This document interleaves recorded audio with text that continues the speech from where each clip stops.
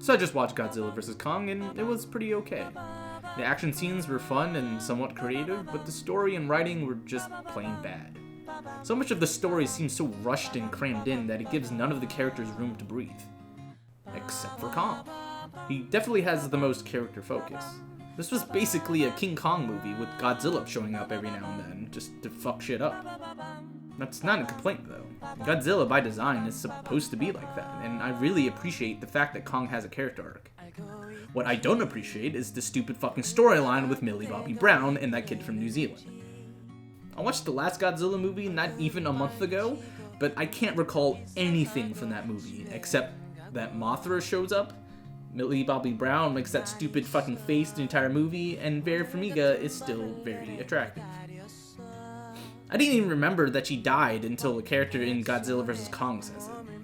Honestly, you could probably take that whole storyline out of the movie and it would change nothing.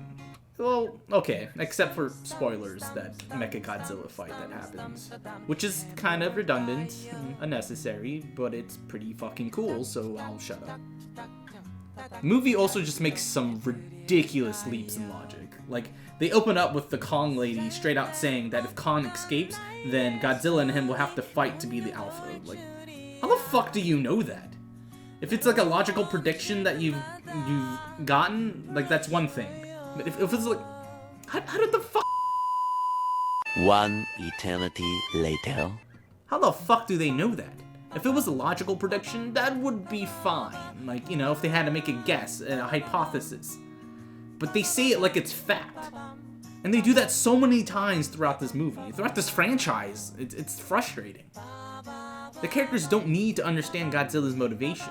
That's what makes him terrifying. You don't know if he's there to protect you or to eat you. That's what worked in the first movie. You saw Godzilla from the ground up perspective, and it made him immensely scary. I mean, that's also why it was a boring piece of shit, but that's a whole nother discussion. You know, it's crazy when you realize that gritty, shaky cam, trying to be realistic take on Godzilla would eventually lead to a movie where Godzilla and King Kong fight against Mechagodzilla with an axe that they got from the center of the earth. Yeah. I guess what I'm trying to say here is that the movie is a lot of fun, and probably the best one in the franchise. The action scenes were, again, a lot of fun and over the top, and I love seeing the two big boys fight in the water. That was fucking awesome, and Hong Kong was a great set piece for the night fight. That being said, all the characters in this movie make me want to give myself an enema. Wait, hold on.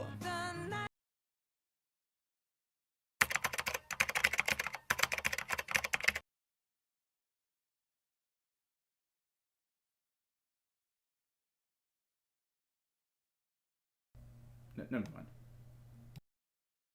1. There are way too many characters. 2. None of them are interesting.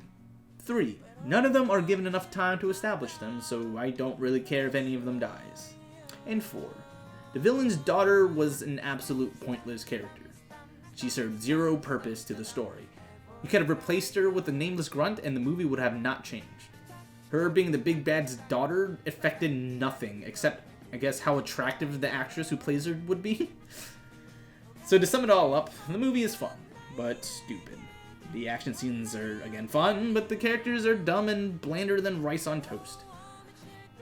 I will say this before I end the video. I was pleasantly surprised there was no after-credit tag. I thought for sure they were going to have some sort of setup for another movie, but it seems to have a closed ending, which is so fucking refreshing. I really hope they end the franchise here, but you know they won't. Especially if this does well.